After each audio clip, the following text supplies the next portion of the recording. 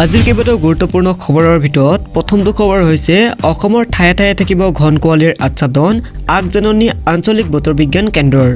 মাঘ বিহুৰ পিছতো হ্ৰাস পোৱা নাই ঠাণ্ডাৰ প্ৰকোপ দিনে দিনে বৃদ্ধি হৈছে অসমৰ বিভিন্ন স্থানত কুঁৱলীৰ পৰিমাণ কাৰণ উৰিষ্যাৰ সাগৰ পৃষ্ঠৰ প্ৰায় 0.9 কিলোমিটাৰ উচ্চতাত উৎপত্তি হোৱা ধুমুহাৰ ফলত অসমৰ তথা উত্তৰ পূৰ্বাঞ্চলৰ ৰাজ্যসমূহত কুঁৱলীৰ লগতে ঠাণ্ডাৰ প্ৰভাৱ পৰিছে দেওবাৰে পুৱাৰ ভাগত অসম তথা উত্তৰ পূৰ্বাঞ্চলৰ কিছু ৰাজ্যৰ বিভিন্ন স্থানত যথেষ্ট পৰিমাণৰ কুঁৱলীৰে আৱৰি ধৰাৰ উপৰিও সোমবাৰে অৰুণাচল প্ৰদেশত কুঁৱলীৰ লগতে কিছু ঠাইত সামান্য পৰিমাণৰ বৰষুণৰ সম্ভাৱনা আছে ইয়াৰ উপৰিও অসম মেঘালয় নাগালেণ্ড মণিপুৰ মিজোৰাম আৰু ত্ৰিপুৰাৰ কিছু সংখ্যক ঠাইত কুঁৱলী পৰাৰ সম্ভাৱনা আছে সাগৰ পৃষ্ঠত উৎপত্তি হোৱা সামান্য ধুমুহাৰ ফলত সোমবাৰৰ দিনটোত অসমৰ লগতে চুবুৰীয়া ৰাজ্যৰ কিছু ঠাইত ঘন কুঁৱলীয়ে আৱৰি ধৰাৰ আগজাননী জাৰি কৰে বৰঝাৰস্থিত আঞ্চলিক বতৰ বিজ্ঞান কেন্দ্ৰই কঠোৰ নিৰ্বাচন আয়োগ নিৰ্দিষ্ট দিনত বিজ্ঞাপন দি অপৰাধ ৰাজহুৱা কৰিব লাগিব প্ৰাৰ্থীয়ে বহু অপৰাধী প্ৰাৰ্থীৰে এতিয়া ভৰি পৰিছে ৰাজনৈতিক ক্ষেত্ৰখন এনে সময়তে কেন্দ্ৰীয় নিৰ্বাচন আয়োগে বিগত লোকসভা নিৰ্বাচনৰ সময়তে ফৌজদাৰী গোচৰ থকা প্ৰাৰ্থীসকলক তেওঁলোকৰ গোচৰৰ তথ্য বাতৰি কাকতত বিজ্ঞাপন দি ৰাজহুৱা কৰিবলৈ কৈছিল যদিও বহু প্ৰাৰ্থীয়ে আয়োগৰ নিৰ্দেশনা সঠিক ৰূপত পালন কৰা নাই এইভাৱে নিৰ্বাচন আয়োগে পুনৰ অপৰাধী গোচৰ থকা প্ৰাৰ্থীসকলক তেওঁলোকৰ অপৰাধৰ কথা তিনিবাৰকৈ বাতৰি কাকতত বিজ্ঞাপন প্ৰকাশ কৰি ৰাজহুৱা কৰিবলৈ নিৰ্দেশনা জাৰি কৰিছে ফৌজদাৰী গোচৰ থকা প্ৰাৰ্থীসকলৰ প্ৰতি অধিক কঠোৰ পদক্ষেপ গ্ৰহণ কৰি এবাৰ কেন্দ্ৰীয় নিৰ্বাচন আয়োগে বিজ্ঞাপন প্ৰকাশৰ বাবে নিৰ্দিষ্ট সময়সীমাও বান্ধি দিছে পূৰ্বে ফৌজদাৰী গোচৰ থকা প্ৰাৰ্থীয়ে নিজৰ ইচ্ছামতে তেওঁলোকৰ অপৰাধৰ গোচৰ সম্পৰ্কীয় বিজ্ঞাপন পঢ়ুৱৈৰ চকুত নপৰাকৈ প্ৰকাশ কৰিছিল এইবাৰ তেনে প্ৰাৰ্থীয়ে আয়োগে বান্ধি দিয়া দিনৰ ভিতৰত স্পষ্টভাৱে তেওঁলোকৰ অপৰাধ ৰাজহুৱা কৰিব লাগিব আৰু সেই অনুসৰি মনোনয়ন পত্ৰ দাখিল কৰাৰ পৰা আৰম্ভ কৰি প্ৰচাৰৰ অন্ত পৰালৈকে ফৌজদাৰী গোচৰ থকা প্ৰাৰ্থীয়ে তিনিবাৰ টিভি অথবা বাতৰি কাকতত অপৰাধ সম্পৰ্কীয় বিজ্ঞাপন দিব লাগিব নতুন নিৰ্দেশনা অনুসৰি মনোনয়ন দাখিলৰ অন্তিম দিনৰ 4 দিন আগলৈকে প্ৰথমটো বিজ্ঞাপন দিব লাগিব আৰু দ্বিতীয়টো বিজ্ঞাপন দিব লাগিব মনোনয়ন দাখিলৰ শেষ তাৰিখৰ পিছৰ পৰা ক্ৰমে 5 বা 8 দিনৰ ভিতৰত তৃতীয়টো বিজ্ঞাপন দিব লাগিব প্ৰচাৰৰ অন্ত পৰাৰ 9 দিন আগত আৰু প্ৰাৰ্থীয়ে কেৱল বিজ্ঞাপন দিলেই নহব সেই বিষয়ে আয়োগক জনাবও লাগিব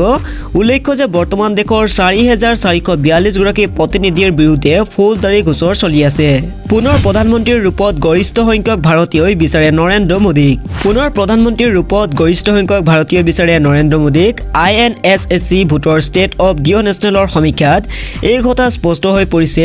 মোদীৰ নেতৃত্বতে দেশে প্ৰগতিৰ পথত আগুৱাই যাবলৈ সক্ষম হ'ব বুলি এইসকল লোকে বিশ্বাস কৰে আৰু সমীক্ষাত প্ৰকাশ পোৱা অনুসৰি দেশৰ 59.22% লোকে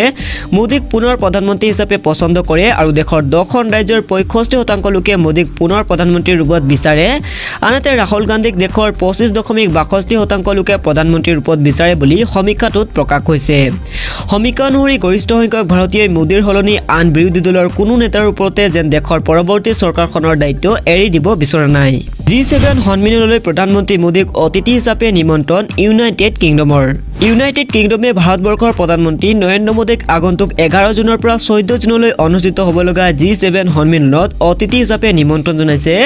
আৰু ব্ৰিটেইনৰ প্ৰধানমন্ত্ৰী বৰিছ জনছনে G7 সন্মিলনৰ আগতে ভাৰত ভ্ৰমণলৈ অহাৰ সম্ভাৱনা আছে বুলি এক বিবৃতিত প্ৰকাশ পাইছে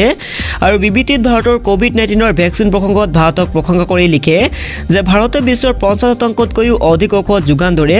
বৰ্তমানৰ মহামাৰীৰ সময়ত ভাৰত আৰু ইউকে একেলগে কাম কৰিছে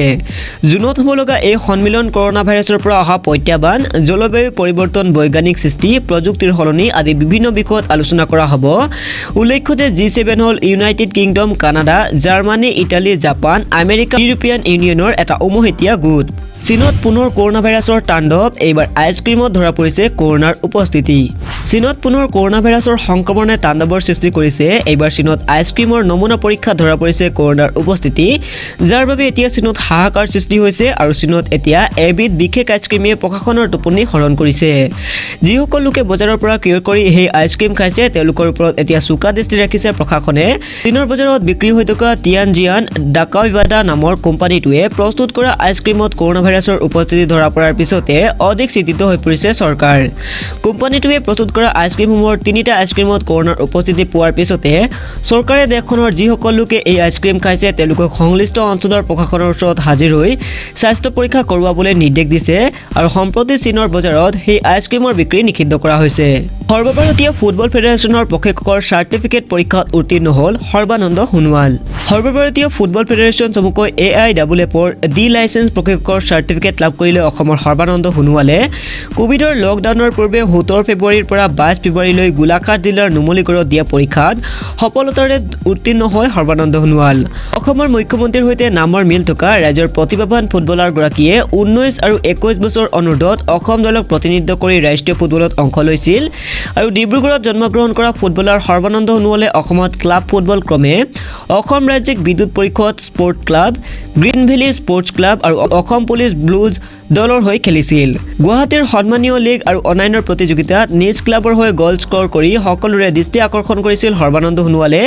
সেয়েহে তেওঁ খেলৰ বাবে অসম পুলিচতো চাকৰি লাভ কৰিছে আৰু শেহতীয়াকৈ সৰ্বভাৰতীয় ফুটবল ফেডাৰেশ্যনৰ দ্বাৰা প্ৰশিক্ষকৰ ডি লাইচেন্স লাভ কৰাত উৎফুল্লিত হৈ পৰে সৰ্বানন্দ সোণোৱালে। কোভিড ভেকচিনৰ পাৰ্শ্বক্ৰিয়া হোৱা নাই, এই মন্তব্য হিমন্ত বিশ্ব শৰ্মাৰ। নলবাৰীৰ পৰা আজাৰাত পুৱা উপস্থিত হৈ স্বাস্থ্যমন্ত্ৰী ডক্টৰ হিমন্ত বিশ্ব শৰ্মা তেওঁ মা মনসা দেৱীৰ আশীৰ্বাদ গ্ৰহণ কৰিলে। উল্লেখ্য যে প্ৰতি বছৰৰ দৰে এইবাৰো বিজেপিৰ ৰাজ্যিক সাংগঠনিক সম্পাদক ফণী শৰ্মাৰ ঘৰত এই পূজা উদযাপিত হৈছে। উল্লেখযোগ্য যে স্বাস্থ্যমন্ত্ৰীৰ সৈতে অসম পৰ্যটন আৰু উন্নয়ন নিগমৰ অধ্যক্ষ জয়ন্ত মল্লবৰুৱা, বিজেপিৰ ৰাষ্ট্ৰীয় সম্পাদক দিলীপ শইকীয়াও মা মনসাৰ আশীৰ্বাদ গ্ৰহণ কৰে। ইপিনে কোভিড ভেকচিন সম্পৰ্কত মন্ত্ৰী হিমন্ত বিশ্ব শৰ্মাই কয় যে শনিবাৰে 65টা স্থানত 6500 লোকে কোভিড ভেকচিন গ্ৰহণ কৰিছে। এই পৰ্যন্ত ভেকচিন লোৱা কোনো লোকৰ পাৰ্শ্বক্ৰিয়া হোৱা নাই আৰু কোনো লোকে বিষ অনুভৱ কৰা নাই। ইপিনে প্ৰথম পৰ্যায়ত পূৰ্বে নিৰ্ধাৰিত 2,90,000 লোকক ভেকচিন ল'বলৈও আহ্বান জনাইছে মন্ত্ৰী হিমন্ত বিশ্ব শৰ্মাই। মিত্ৰতাৰ দিশে ৰাইজৰ দল আৰু অসম জাতীয় পৰিষদ আনুষ্ঠানিক পত্ৰ প্ৰেৰণ। মিত্ৰতাৰ দিশে আগবাঢ়িছে ৰাইজৰ দল আৰু অসম জাতীয় পৰিষদ। ইয়াৰ বাবে আনুষ্ঠানিক পত্ৰ প্ৰেৰণ কৰা হৈছে। যদিও সকলো ঠিকে থাকে তেন্তে হয়তো ৰাষ্ট্ৰীয় দল বিজেপিতকৈ অধিক শক্তিশালী হৈ পৰিব আঞ্চলিক ৰাজনৈতিক দল দুটা। আজি ৰাইজৰ দলে অনুষ্ঠিত কৰা সংবাদমেলত মিত্ৰতা সন্দৰ্ভত জনায় যে ৰাইজৰ দলে মিত্ৰতাৰ প্ৰস্তাৱ দিলে অসম জাতীয় পৰিষদক আৰু সংবাদমেলত এই কথা জনালে ৰাইজৰ দলৰ কাৰ্যকৰী সভাপতি ভাস্কো শইকীয়াই। মিত্ৰতাৰ বাবে ইতিমধ্যে আনুষ্ঠানিক প্ৰক্ৰিয়া আৰম্ভ হৈছে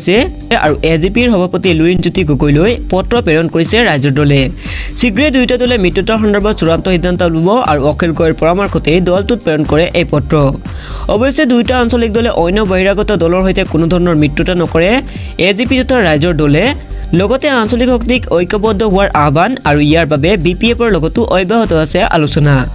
অন্যহাতে অন্য দলৰ সৈতে মিত্ৰতাৰ সন্দৰ্ভত এই বিষয়ে স্পষ্টতা দি ৰাইজৰ দলৰ কাৰ্যকৰী সভাপতি ভাস্কো শইকীয়াই কয় যে বিজেপি মিত্ৰজোঁট প্ৰতিহত কৰাটোৱেই হৈছে মিত্ৰতাৰ মূল লক্ষ্য।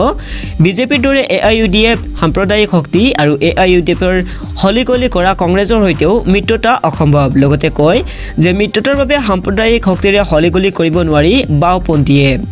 অখিল গগৈৰ মুক্তি সন্দৰ্ভত কয় যে বিজেপি ভয়াতুৰ, সেয়েহে মুক্তি দিবলৈ সাহস কৰা নাই অখিল গগৈক। কিন্তু অখিল গগৈৰ মুক্তিৰ বাবে অব্যাহত আছে আইনী যুদ্ধ। যদিহে বিজেপিয়ে ভয়কে কোনো কাৰণতে অখিল গগৈক মুক্তি নিদিয়ে তেন্তে কাৰাগাৰৰ পৰাই নেতৃত্ব দিব অখিল গগৈয়ে। প্ৰয়োজনত কাৰাগাৰৰ পৰাই নিৰ্বাচনত প্ৰতিদ্বন্দ্বিতা কৰিব অখিল গগৈয়ে আৰু শিৱসাগৰৰ টিয়কৰ পৰা প্ৰতিদ্বন্দ্বিতা কৰিব অখিল গগৈয়ে।